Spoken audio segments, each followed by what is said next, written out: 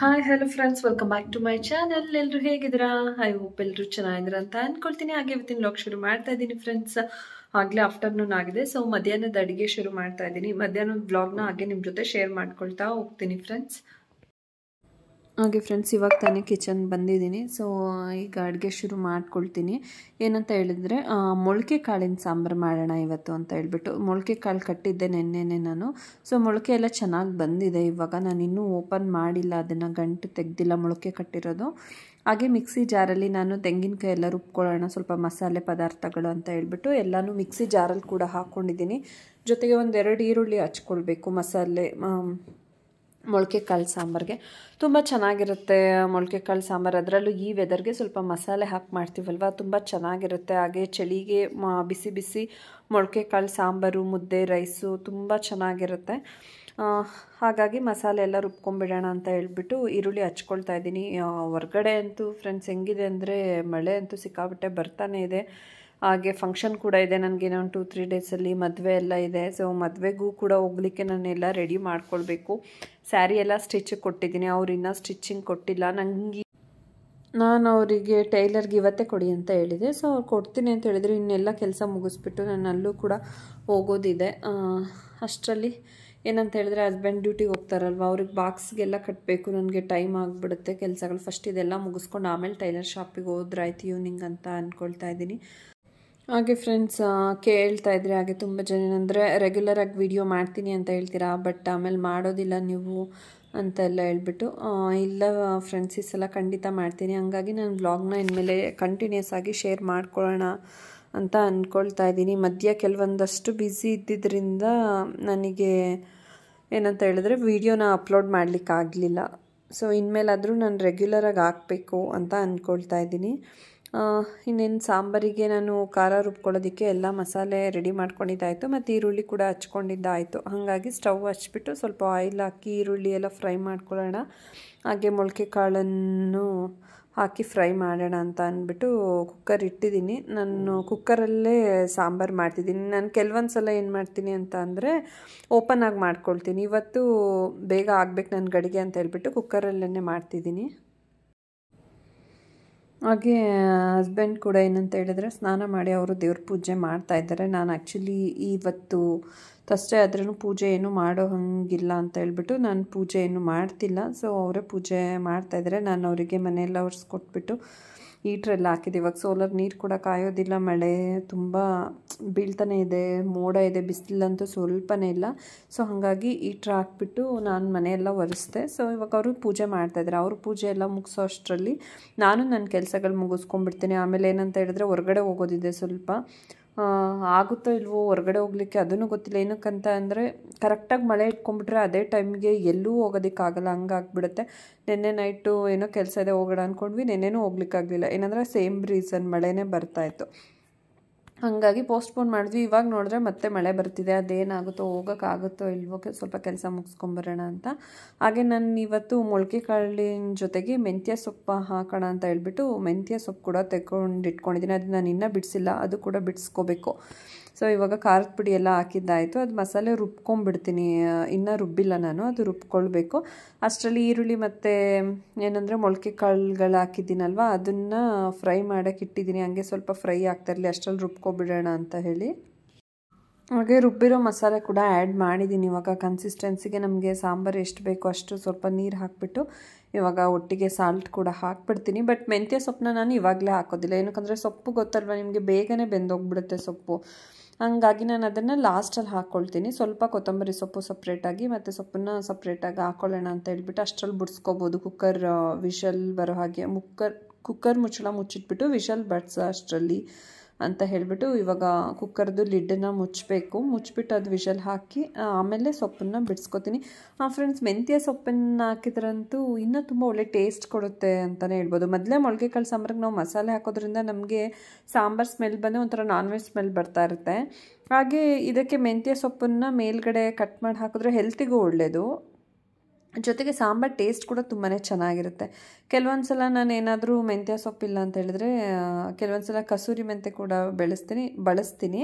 ಎರಡಿಲ್ಲ ಅಂತ ಹೇಳಿದ್ರೆ in case ನಾನು ಹಾಗೆ ಮಾಡ್ತೀನಿ. ಸೊಪ್ಪಂತೂ ತುಂಬ ಫ್ರೆಶ್ ಆಗಿದೆ. ತೊಗೊಳ್ಳೋಣ. ಆ್ಯಕ್ಚುಲಿ ಅದು ತೊಗೋಬೇಕಂತ ಇರಲಿಲ್ಲ, ಆಮೇಲೆ ಮೊಳಕೆ ಕಾಳು ಸಾಂಬಾರು ಮಾಡ್ತಿದ್ದೀನಲ್ವಾ ಅಂತ ಹೇಳ್ಬಿಟ್ಟು ಕೊತ್ತಂಬರಿ ಸೊಪ್ಪು ತೊಗೊಳ್ತಾ ಇದ್ದೆ. ಅವಾಗ ಹಂಗೆ ಅದನ್ನು ತೊಗೊಂಡೆ. ಸೊಪ್ಪಂತೂ ತುಂಬ ಚೆನ್ನಾಗಿದೆ.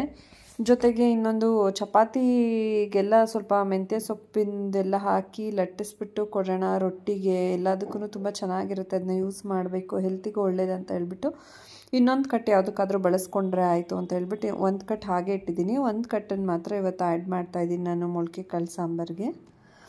ಹಾಗೆ ಇದನ್ನು ಬಿಡಿಸಿರ್ಲಿಲ್ಲ ಅಂತ ಹೇಳ್ದಲ್ವ, ಸೊ ಅದು ಎಲೆಗಳೆಲ್ಲ ಬಿಡಿಸ್ಕೊಳ್ತಾ ಇದ್ದೀನಿ. ಇನ್ನೊಂದು ಕಟ್ ಹಾಗೆ ಬಿಡಿಸಿ ಫ್ರಿಜ್ಜಲ್ಲಿ ಎತ್ತಿಟ್ಬಿಡ್ತೀನಿ ನಾನು, ಇನ್ನೊಂದು ದಿನಕ್ಕಾಗುತ್ತೆ ಅಂತ ಹೇಳ್ಬಿಟ್ಟು. ಇನ್ನೊಂದು ದಿನ ಅಂತ ಹೇಳಿದ್ರೆ ಇನ್ ಕೇಸ್ ನಾನು ಮಾರ್ನಿಂಗ್ ಬಾತ್ ಮಾಡಲಿ ಅಥವಾ ಬೇರೆ ಏನಾದರೂ ಟಿಫನ್ ಜೊತೆಗೆ ಕೆಲವೊಂದು ಸತ ಉಪ್ಪಿಟ್ಟು ಮಾಡಲಿ, ಅವಾಗೆಲ್ಲ ಹಾಕ್ಬಿಡ್ತೀನಿ, ಚೆನ್ನಾಗಿರುತ್ತೆ ಟೇಸ್ಟೂ ಕೂಡ. ಸೊ ಈಗ ಫೈನಲಿ ಕುಕ್ಕರ್ದು ಮುಚ್ಚಳ ಓಪನ್ ಮಾಡ್ತಾಯಿದ್ದೀನಿ. ನೋಡ್ತಾ ಇರ್ಬೋದು ಸಾಂಬಾರು ರೆಡಿ ಇದೆ. ನಾನು ಹೇಳಿದಾಗೆ ಮೆಂತ್ಯ ಸೊಪ್ಪೆಲ್ಲ ನಾನು ಅವಾಗ ಹಾಕಿರಲಿಲ್ಲ, ಸೊ ಇವಾಗ ಅದು ಫೈನಲಾಗಿ ಆ್ಯಡ್ ಮಾಡಿರೋದನ್ನು ನಿಮ್ಮ ಜೊತೆ ಶೇರ್ ಮಾಡ್ತಾ ಇದ್ದೀನಿ. ಹಾಗೆ ಫ್ರೆಂಡ್ಸ್, ಏನಂತ ಹೇಳಿದ್ರೆ ಈಗ ತಾನೇ ಸ್ವಲ್ಪ ಮಳೆ ಅಂತೂ ತುಂಬ ಸಿಕ್ಕಾಬಟ್ಟೆ ಬರ್ತಾ ಇದೆ.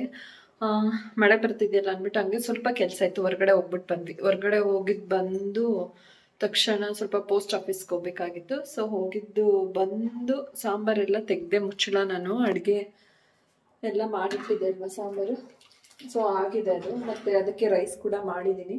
ಜೊತೆಗೆ ಹಾಗೆ ಏನಂತ ಹೇಳಿದ್ರೆ ಇವ್ರಿಗೆ ಬಾಕ್ಸ್ ಕಟ್ಟಬೇಕು. ಇನ್ನೂ ನಾನು ಬಾಕ್ಸ್ಗೆ ಕಟ್ಟಿಲ್ಲ ಅವರಿಗೆ. ಸೊ ಇನ್ನೂ ಲಂಚ್ ಬಾಕ್ಸ್ ರೆಡಿ ಮಾಡಬೇಕು, ರಾತ್ರಿ ಊಟಕ್ಕೆ ರೆಡಿ ಮಾಡಬೇಕು. ಮಳೆ ಅಂತ ಸಿಕ್ಕಾಬಟ್ಟೆ ಬರ್ತಾ ಇದೆ. ಹೆಂಗೆ ಅಂದರೆ ಸ್ವಲ್ಪನೇ ಹನಿ ಆಗ್ತಾ ಇದೆ, ಬರೋದು ಹೋಗೋದು ಹಂಗೆ ಮಾಡ್ತಾ ಇದ್ದೆ. ಹಾಗೆ ಫ್ರೆಂಡ್ಸ್, ಸಾಂಬಾರು ರೆಡಿ ಆಯಿತು ಅಂತ ಹೇಳಿದೆ. ಇವಾಗ ನಾನು ಅವರಿಗೂ ಮುದ್ದೆ ಮಾಡಿಬಿಟ್ಟು ಊಟಕ್ಕೆ ಹಾಕ್ಕೊಟ್ಟಿದ್ದೀನಿ.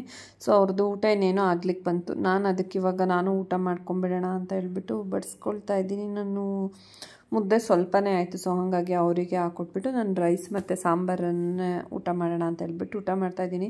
ಸಾಂಬಾರಂತೂ ಸೂಪರ್ಬ್ ಆಗಿತ್ತು, ಒಳ್ಳೆ ವೆದರ್ಗೆ ಒಳ್ಳೆ ಊಟ. ಹಾಗೆ ಫೈನಲ್ ಏನಂತ ಹೇಳಿದ್ರೆ ಅವ್ರು ಕೂಡ ಡ್ಯೂಟಿಗೆ ಹೋಗ್ಲಿಕ್ಕೆ ರೆಡಿ ಆದರು. ಸೊ ಡ್ಯೂಟಿಗೆ ಹೊರಡಬೇಕಾದ್ರೆ ಟೀ ಕೊಡಲೇಬೇಕು. ಸೊ ಹಾಗಾಗಿ ಟೀ ಕೂಡ ಮಾಡಿದ್ದೀನಿ. ಈ ವೆದರ್ ಒಟ್ಟಿನಲ್ಲಿ ಟೀ ಅಂತೂ ಚೆನ್ನಾಗಿ ಸೆಟ್ ಆಗುತ್ತೆ. ಟೀ ಕಾಫಿ ಏನೋ ಬಿಸಿ ಬಿಸಿ ಏನಾದರೂ ಕುಡಿತಾ ಇರಬೇಕು ಅಂತ ಅನ್ನಿಸ್ತಿರುತ್ತೆ, ಬಟ್ ಹೆಲ್ತಿಗೆ ಅಷ್ಟು ಒಳ್ಳೇದಲ್ಲ ಜಾಸ್ತಿ ಕುಡಿಯೋದ್ರಿಂದ. ಹಾಗೆ ಟೀ ಮಾಡಿಕೊಟ್ಬಿಟ್ಟು ಒಟ್ಟಿಗೆ ಕುತ್ಕೊಂಡು ಒಂದು ಸ್ವಲ್ಪ ಹೊತ್ತು ಮಾತಾಡ್ತಾ ಇದ್ವಿ ಟೀ ಕುಡಿತಾ.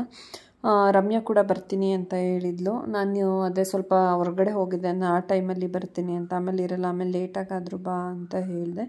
ಸೊ ಬರ್ತೀನಿ ಈವ್ನಿಂಗ್ ಅಂತ ಹೇಳಿದ್ಲು. ಹಂಗೂ ಫೋನ್ ಮಾಡೋಣ ಅಂತ ಅಂದ್ಕೊಂಡು ಫೋನ್ಗೆ ಟ್ರೈ ಮಾಡ್ತಾಯಿದ್ದೆ, ಬಟ್ ಅವಳು ಮಲಗಿದ್ಲು ಅನಿಸುತ್ತೆ, ಕಾಲ್ ಪಿಕ್ ಮಾಡಿಲ್ಲ. ಆಮೇಲೆ ಎಲ್ಲೋ ಮಲ್ಕೊಂಡಿದ್ದಾಳೆ, ಇನ್ನು ಡಿಸ್ಟರ್ಬ್ ಮಾಡೋದು ಬೇಡ ಅಂತ ಹೇಳ್ಬಿಟ್ಟು ನಾನು ಸುಮ್ಮನೆ ಆಗಿಬಿಟ್ಟೆ.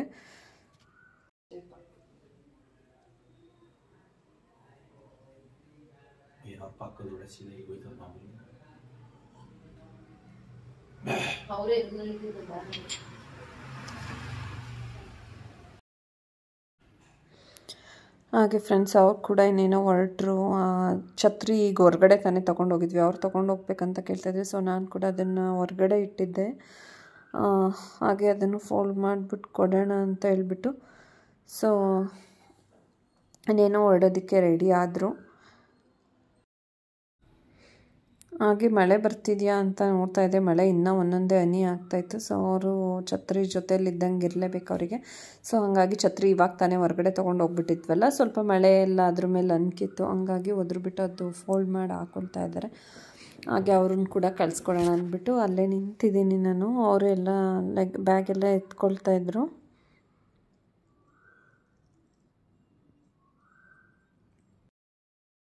ಹಂಗೂ ವೆಯ್ಟ್ ಮಾಡ್ತಾಯಿದ್ರು, ಮಳೆ ನಿಂತ ಮೇಲೆ ಹೊರಡೋಣ, ಸ್ಟಾಪ್ ಆಗುತ್ತಾ ಇಲ್ವಾ ಏನು ಎತ್ತ ಅಂತ ನೋಡೋಣ ಅಂತ.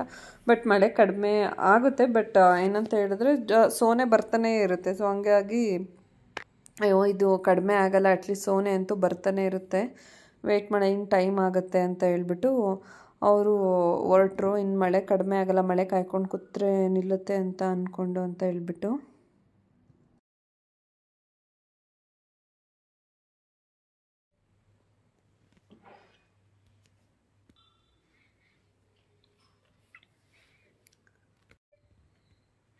ಹಾಗೆ ಫ್ರೆಂಡ್ಸ್ ಏನಂತ ಹೇಳಿದ್ರೆ ಕೇಳ್ತಾ ಇದ್ರಿ ತುಂಬ ಜನ ಇದು ಲಾಂಗ್ ಹಾರದ್ದು ಡಿಸೈನ್ ತೋರಿಸಿ ಅಂತ ಅಂದ್ಬಿಟ್ಟು ನಾನು ತೋರಿಸಿರ್ಲಿಲ್ಲ ಅದನ್ನು ತುಂಬ ಕೇಳ್ತಾ ಇದ್ದೀನಿ ನೀವು ತೋರಿಸಿಲ್ಲ ಅಂತ ಕೂಡ ಕೇಳ್ತಾ ಇದ್ರಿ. ಸೊ ಇವತ್ತಿನ ಬ್ಲಾಗಲ್ಲಿ ನಾನು ಅದು ಕೂಡ ಶೇರ್ ಮಾಡ್ಕೋಬೇಕು ನಿಮ್ಮ ಜೊತೆ ಅಂತ ಅಂದ್ಕೊಂಡಿದ್ದೀನಿ. ಹಾಗೆ ಆ ಡಿಸೈನ್ ಹೇಗಿದೆ ಅಂತ ಹೇಳಿಬಿಟ್ಟು ನಿಮ್ಮ ಜೊತೆ ನಾನು ಶೇರ್ ಮಾಡ್ಕೊಳ್ತೀನಿ ಇವತ್ತಿನ ವಿಡಿಯೋದಲ್ಲಿ. ಕೇಳ್ತಾ ಇದ್ರಿ ತುಂಬ, ಅದರಲ್ಲೂ ಮೈತ್ರಿ ಅವರಂತೂ ತುಂಬ ಸಲ ಕೇಳಿದ್ದೀರಾ. ಲೇಟ್ ಆಯ್ತು, ಅದು ತೋರಿಸಿಲ್ಲ ಇವತ್ತಿನ ವಿಡಿಯೋದಲ್ಲಿ, ಹಾಗಾಗಿ ನೀವು ಕೇಳಿದ್ರಿ ಅಂತ ಹೇಳಿಬಿಟ್ಟೆ ಶೇರ್ ಮಾಡ್ತಾ ಇದ್ದೀನಿ.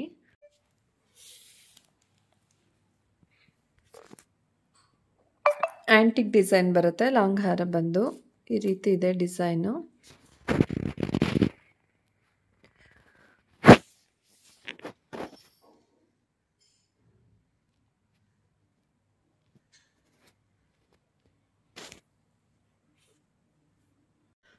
ನೋಡಿದ್ರಲ್ಲ ಫ್ರೆಂಡ್ಸ್, ಅದು ಲಾಂಗ್ ಹಾರ ಅಂತ ಹೇಳ್ಬಿಟ್ಟು ಅದು ಬಂದು ಎಷ್ಟು 62 ಗ್ರಾಮ್ಸ್ ಇದೆ, 62 ಗ್ರಾಮ್ ಇದೆ.